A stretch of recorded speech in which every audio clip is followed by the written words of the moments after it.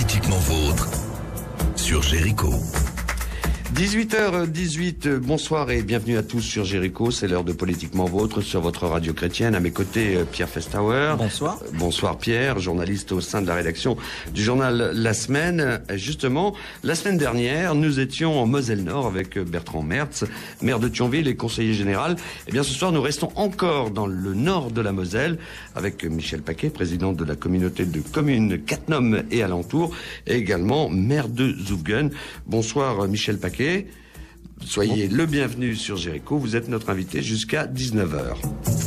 Bonsoir messieurs. Michel Paquet, avant de rentrer dans le vif du sujet, un petit mot de présentation de votre communauté de communes de Cattenom et environ. Combien de communes font partie de cette Comcom, comme on dit dans notre langage, et combien d'habitants recensez-vous sur votre territoire ? Oui, alors la communauté de communes de Cattenom s'étend de Volmerange-les-Mines jusqu'à Mondorf, est composée de 20 communes et d'environ 24 000 habitants. Ah oui, ce qui est quand même quelque chose qui pèse quand même dans le nord mosellan. Pierre Festauer. Alors, en termes d'équipement, disons voir les voiries, l'assainissement, les établissements scolaires et j'en passe, le territoire de la communauté de communes a-t-il bien évolué d'après vous ? Alors, bien sûr, le territoire de la communauté de communes de Cattenom a très bien évolué. Je crois que depuis 2001, mon prédécesseur, le président Barriga, avait lancé l'idée du périscolaire qui aujourd'hui, même si c'est une compétence communale, équipe l'ensemble de nos communes. On a lancé au niveau de la communauté de communes des crèches. Il faut quand même savoir qu'en milieu rural, on a quand même 3 crèches. On a un programme d'une 4e crèche sur Étanges-Grande qui va bientôt voir le jour. On a un relais assistante maternelle, un RAM. Donc, ce territoire a énormément changé. Mais, comme l'a dit auparavant Monsieur Baudou, c'est un territoire qui compte avec ses 24 000 habitants. Mais surtout, ce qui est important, c'est l'évolution de ce territoire. Il a quand même gagné 5 000 habitants sur ces dernières années. Oui, c'est ce que j'allais vous dire. Est-ce que vous avez l'impression que c'est un territoire qui est plus jeune que les autres ? Vous parlez de crèches... Oui, alors c'est effectivement un territoire qui, à mon sens, est plus jeune, et là, le maire de Zoufgen peut le confirmer. Je vois bien la population et la moyenne d'âge dans nos villages. On se situe plutôt aux alentours de 37 ans que de 50. Donc, bien sûr, ça nécessite des services liés à cette jeune population.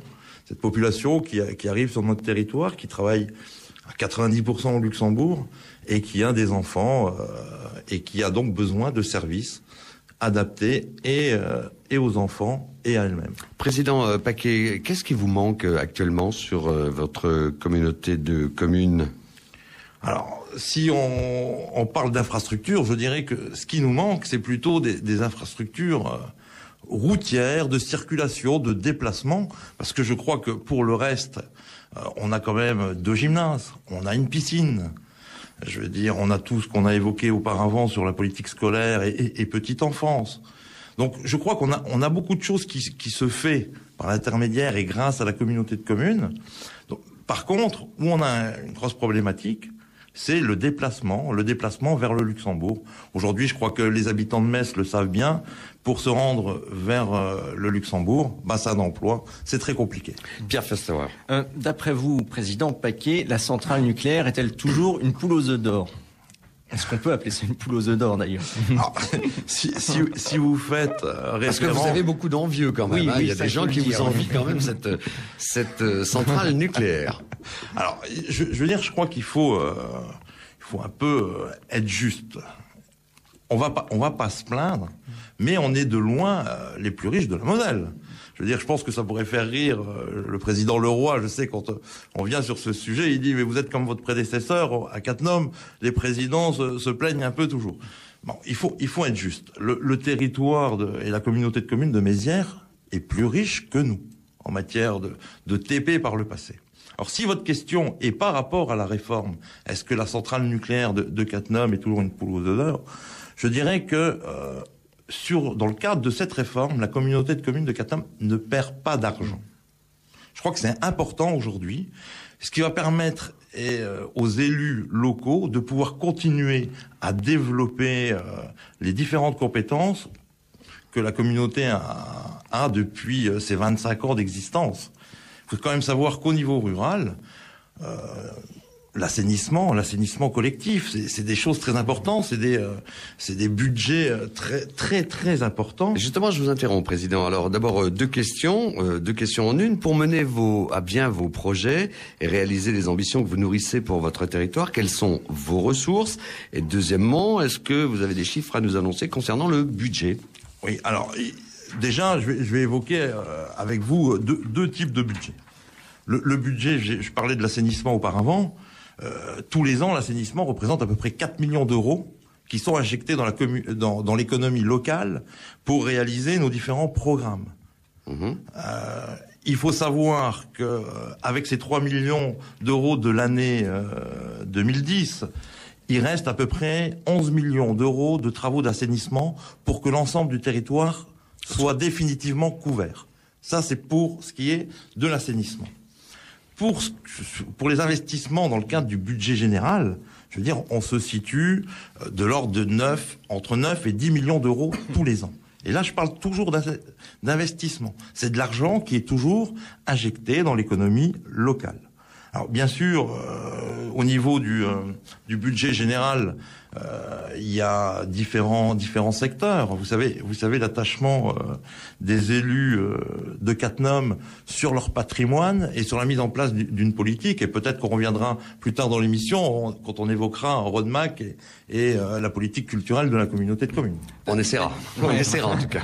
D'ailleurs, on peut en toucher un petit mot, puisqu'il suffit de prendre une voiture et se promener dans votre communauté de communes. On voit que les pavillons poussent comme des champignons. C'est même plus l'urbanisation, c'est la rurbanisation comme on appelle ça. Vous misez en même temps sur le tourisme vert. Comment vous allez gérer un peu cette équation à terme? Je crois que, effectivement, la réforme de la taxe professionnelle doit faire que les élus locaux, notamment les élus ruraux, comme moi-même et mes collègues, et mes 19 autres collègues, nous devons appréhender le développement de notre territoire d'une manière différente. Beaucoup, jusqu'à présent, se disaient, on a lancé des équipements, qu'est-ce qui coûte le plus cher? Une fois qu'ils sont construits, c'est le fonctionnement. Il faut anticiper l'après-centrale. Donc, pour anticiper l'après-centrale, il faut tabler sur d'autres zones artisanales. Aujourd'hui, quelque part, les collectivités doivent se poser des questions. Les nouvelles zones artisanales ne vont plus rapporter cette taxe professionnelle, et la seule chose qui pourra éventuellement être reperçue par les collectivités, c'est la taxe sur le foncier bâti. Donc, moi, je pense que le canton de Cattenom et le territoire de la communauté de communes, donc, qui est situé entre Thionville, deuxième ville de Moselle, entre Luxembourg, ville, capitale du Luxembourg, mais aussi capitale européenne, avec une vraie dimension européenne, je crois qu'on doit réfléchir et donner une autre vocation à notre territoire. On doit retourner peut-être vers des valeurs qui seraient le tourisme, l'agriculture, parce que tous ces terrains où tous les jours des lotissements se créent sur notre territoire, c'est quand même des terrains qu'on enlève à l'agriculture. Et je crois qu'il est important aujourd'hui que l'ensemble des élus prennent conscience de ça et se disent, on n'a plus besoin de se développer vers ça, donnons une autre priorité. Et pour moi, c'est ce que j'appellerais le tourisme vert. Donc les lotissements, un jour, ça risque d'être stop?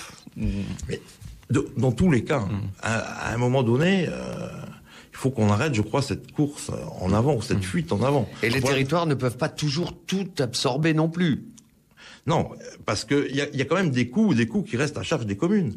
Aujourd'hui, les écoles, vous prenez la commune de Zoufgane, on a dû quand même construire une école maternelle supplémentaire. On est un des territoires, et je pense que le président du Conseil général et de l'État, et ainsi que les autres partenaires financiers pourraient dire que sur le canton de Cattenom, sur le territoire de la communauté de communes, c'est sûrement l'endroit où on construit ces dernières années le plus d'écoles. Je crois qu'il s'est pas passé sur les 5 ou 10 dernières années, pas une année où on a inauguré une école. Donc cette course en avant, les communes, où on est quand même des petites communes, hein, hormis Cattenom, qui a des ressources particulières, et hormis Étanges, qui est, elle, une commune de 8000, autrement le reste, on se situe entre 300 et 1500 habitants. Donc on n'a pas forcément des moyens de se sauver toujours plus loin. Donc je crois qu'il faut effectivement à un moment donné l'arrêter. Et puis je crois que c'est aussi une volonté de nos habitants. Nos habitants, nos nouveaux habitants, nos jeunes habitants, alors d'une part, souhaitent se rapprocher du bassin d'emploi du Luxembourg, mais souhaitent aussi trouver le calme de la campagne. Avec quand même des structures pour accueillir leurs enfants, pouvoir faire du sport, pouvoir se détendre, mais tout ça dans un cadre plutôt bucolique, campagnard ou périurbain, plutôt vert. C'est vers cela que vous avez envie de faire tendre votre communauté communes, pardon. Oui, tout à fait. Oui, pas d'agglo. Encore. On y viendra. Il devait y avoir une pensée subliminale derrière mes mots, en fait. Pierre Festauer. Donc, pour se déplacer à l'intérieur de votre communauté de communes, pas de problème. Pour aller au Luxembourg, pas de problème. Par contre, pour passer sur la rive droite de la Moselle, c'est un peu plus galère, si je peux me permettre une expression aquatique. Est-ce qu'il n'y a pas besoin d'un pont, mais d'un vrai pont? Est-ce que c'est utile pour la... Alors, écoutez, j'ai écouté votre émission de la semaine dernière où Bertrand Mertz était présent, et donc effectivement il évoquait le passage sur la Moselle. Alors, je crois qu'avant de réfléchir à un passage qui peut gêner les uns ou les autres, je crois qu'il y a une priorité, c'est déjà doubler le pont de Königsmacker. Je veux dire, ce pont est un pont à une voie. Je crois que maintenant, ça suffit. Il est important de lui donner au minimum une deuxième voie à ce pont. Bertrand Mertz ici même disait très bien, mais ça coûte cher. Alors, question tout à fait terre à terre, combien ça peut coûter? Vous avez déjà fait des études. Et d'autre part, sur qui est-ce que vous pouvez compter pour financer ce type d'équipement? Alors, je veux dire, aujourd'hui, nous, on n'a pas fait d'études. La communauté de communes a la compétence voirie, mais à l'intérieur de ces agglomérations. D'accord. En dehors, c'est le département. C'est le département. Voire l'État. Voire l'État, tout à fait. Donc c'est pas nous n'avons pas fait d'études. Mais, on évoque le prix.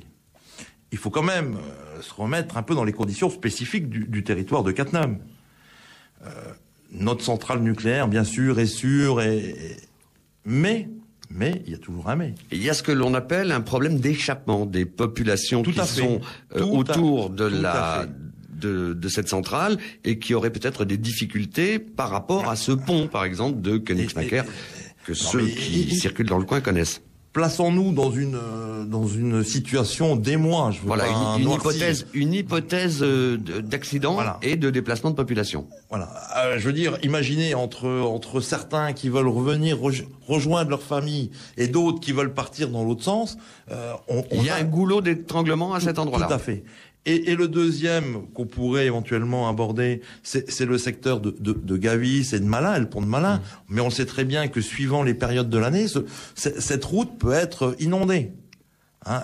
Et je dirais le troisième passage, c'est le pont des Alliés à Thionville. À Thionville, oui. Voilà, qui lui rencontre des problèmes, et Bertrand Mertz nous en a parlé ici même. Voilà, donc aujourd'hui on est un peu on est un peu coincé, si vous me permettez l'expression, par rapport à cette politique-là. Alors, je sais qu'il y a un syndicat du pont sur Manom qui existe depuis des années. Je crois que maintenant, il serait peut-être temps que tous les politiques du Nord mosellan se mettent autour d'une table et imaginent des tracés de manière à que ce pont puisse un jour et rapidement voir le jour. Et permettre de dégager les populations vers la route qui mène vers Trèves et vers le Luxembourg, de l'autre côté de la Moselle. Alors, bien sûr, mais pas seulement ça. Je veux dire, quand on évoque le territoire de la communauté de communes, on a justement la traversée d'Étangerande. Je veux dire, Étangerande, ville là de aussi 8000. est un goulot d'étranglement. C'est un goulot. Il va falloir à un moment donné songer à contourner Étangerande. Hein, je veux dire, y a pas mal d'infrastructures. Moi qui suis dans le Juillet, je vois les efforts qui sont faits sur le RD 14 vers Angevillet, vers Avange. Je vois qu'il y a un contournement sur Petit Étange. Je pense qu'à un moment donné, il va quand même falloir qu'on réfléchisse et qu'on règle le problème d'Étange.